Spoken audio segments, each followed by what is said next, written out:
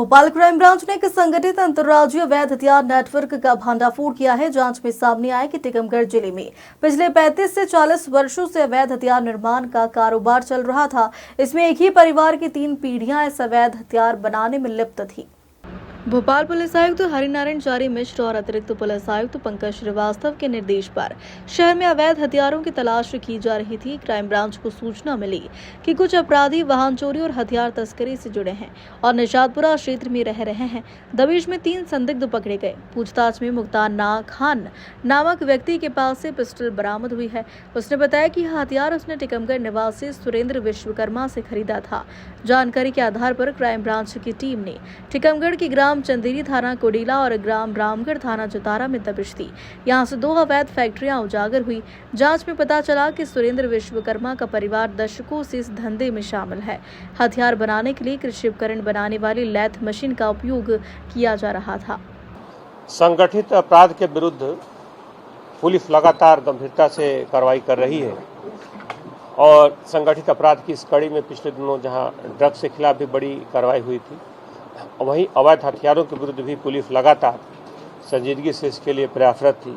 और इस कड़ी में क्राइम ब्रांच को खासतौर पे एक बड़ी सफलता मिली, जिसमें कि एक सूचना पर एक व्यक्ति को पकड़ा गया 2-3 दिन पूर्व और उसके पास से एक अच्छी सोफिस्टिकेटेड एक वेपन मिला, एक पिस्टल मिली और उसके साथ एक मोटरसाइकिल भी मिली जो चोरी की थी।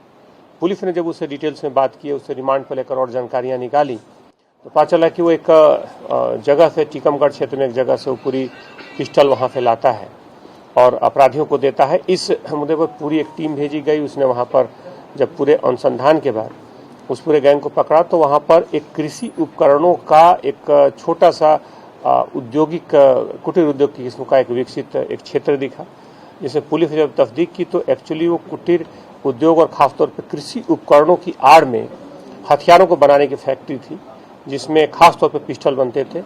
ये लगभग 3 पीढ़ी से जिन अपराधियों को पकड़ा गया, उन अपराधियों द्वारा लगभग 3 पीढ़ी से काम किया जा रहा है। लगभग 40 वर्षों से वो इस काम को लगातार कर रहे हैं। उनके खिलाफ आधा दर्जन से ज़्यादा अलग अलग प्रकरण है और खासतौर पर इस पूरे मामले में जब तस्दीक की गई तो उन्होंने लगभग सैकड़ों ऐसी पिस्टलें बनाई हैं। खास तौर पर इनको बेचने का जो जरिया है, ये आसपास के झांसी और उसके आसपास के जिलों में ये बेचते थे। इनका एक अंतर्राज्यीय नेटवर्क है, जिसमें इन पिस्टलों को एक परिष्कृत किस्म के पिस्टल्स हैं जिनको अपराधियों तक पहुंचाते थे। खासतौर पे सीमावर्ती इलाकों का फायदा उठाते हुए सीमावर्ती इलाके का ये दूसरे सीमा पार के जो दूसरे खासतौर पे राज्य के दूसरे तरफ जो कुछ अपराधी थे, और इसमें झांसी के कुछ ऐसे लोगों का नाम आया है जिनसे इनका संपर्क था। बहरहाल इनको पकड़ लिया गया है। इनके एक निशानदेही पर फिर एक दूसरी जगह की भी सूचना मिली जहां पर बनाया था। दूसरे गांव में पुलिस ने 2 जगहों पर अलग अलग कार्रवाई की। वहां से भी कुछ ऐसे खासतौर पर उपकरण पाए गए जिनका कृषि उपकरणों के नाम पर रखा गया था, और जहां पे जो सामान मिले हैं वो सामान बहुत बड़ी संख्या में मिले हैं, जिससे खासतौर पर इस तरह के परिष्कृत पिस्टल्स बनाए जा सकते हैं। पूरी टीम को इसमें 30,000 रुपये के पुरस्कार से पुरस्कृत भी किया गया है। DCP crime additional CP Pankaj और पूरी टीम ने इसमें काफ़ी सक्रिय भूमिका निभाई है। और फैक्ट्री में चूंकि ऐसे हथियार कोई खुली फैक्ट्री की तरह नहीं चल सकता, इसमें घर के ही जो सदस्य होते हैं 4 लोग मिलकर के इसका उत्पादन कर रहे थे, क्योंकि अगर बाहर के बहुत ज़्यादा पर्दाफाश होगा तो इसका जल्दी पर्दाफाश या आसपास के लोगों को भनक लग जाएगी।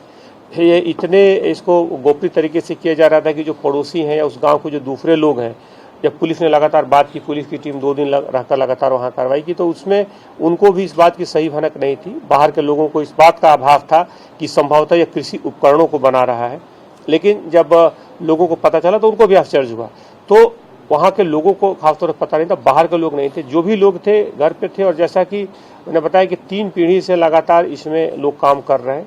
एक पीढ़ी पहले के लोग काम कर रहे हैं, अभी जो आरोपी पकड़े गए हैं उनके जो दूसरी जो आने वाली पीढ़ी है, जो अगली पीढ़ी है, वो भी इस तरह के कामों में संलिप्त मिली।